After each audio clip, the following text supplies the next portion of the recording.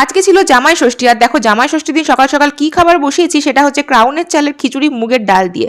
এত চারিদিকে দেখছি বৌমা ষষ্ঠী হচ্ছে, এত কিছু খাবার সাজিয়ে বৌমারা খাচ্ছে।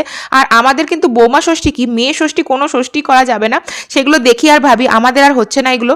কারণ আমাদের বাড়ি বা আমার শ্বশুর বাড়ি বাবার বাড়ি দুই বাড়িরই নিয়ম হচ্ছে এই দিনকে ষষ্ঠী পালন করতে হয়, যাদের সন্তানের মা হয়ে গেছে। সেদিন আমিষ তো দূরের কথা, চালের কোনো জিনিসও খাওয়া যায় না, সেই জন্যই এই খিচুড়িটা বানাচ্ছি। তাছাড়া উজ্জ্বলের জন্য অন্যরকম রান্না তো হয়েই ছিল, যেহেতু জামাই বলে কথা, শাশুড়ি আছে এখানে।